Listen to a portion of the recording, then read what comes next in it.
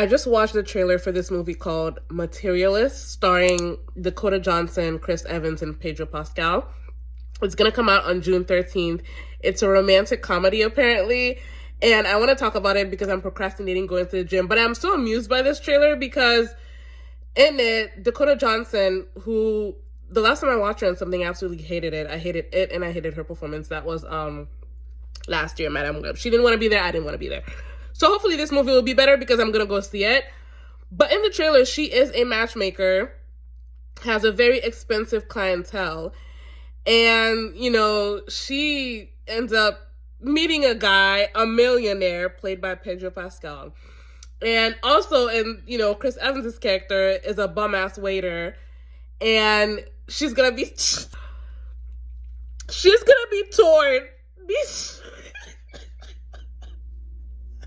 This is why I want to... We've always gotten these stories, but something about... I don't know if it's the Dakota Johnson of it all. But something about this is just not hitting, not even in theory. She's going to be torn between Pedro Pascal's character and Chris Evans in his dirty ass apron. And of course, she has a tie to Chris's character. He's her ex, who she's never gotten over. So the premise is Lucy's expertise, this is from Wikipedia, Lucy's expertise in matchmaking is highly sought after by those willing to pay a premium for her services, including the elites of New York City. At one of her clients' weddings, she meets Randy, a millionaire who happens to be one of the groom's best men. At the same wedding, she also encounters John, her waiter/struggling actor ex, whom she dumped but couldn't move on from. The three will eventually become entangled in a toxic love triangle that could jeopardize Lucy's career and her clients. I don't know why this is going to be toxic, but let's talk in the comments about what the reasons why she's not going to be able to choose Randy's, who has a $12 million apartment. Is it going to be because he's neglectful? Is it going to be because, you know, he works all the time? Is he going to be possessive? Like, what negative characteristics is Randy going to have that's going to make it so that choosing Chris and his dirty ass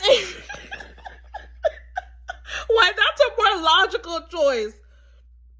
Now, I am intrigued by the title of the movie, Materialist, right? So, because when I read that, I think materialistic.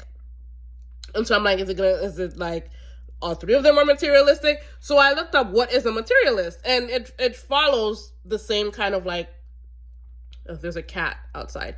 It follows the same, it's in the same vein. So materialist, it's a philosophy, a person who supports the theory that nothing exists except matter and its movements and modifications, a person who considers material possessions and physical comfort as more important than spiritual value. So someone who values physical comfort and possessions more than spiritual values. And in the poster, I think it says some people just want more or something like that. Once I looked the poster up, some people just want more. So is this going to end up in a threesome thing? Is it going to, I mean, that would make more sense than her choosing.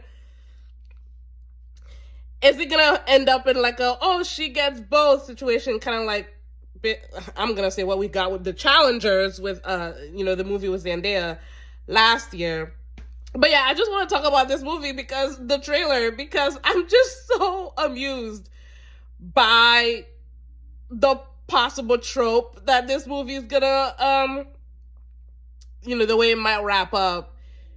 The idea of her turning away from Pedro Pascal's character and be like, no, you know, let me know if you've seen the trailer. Let me know what you think. Are you interested in it? Are you gonna go see it?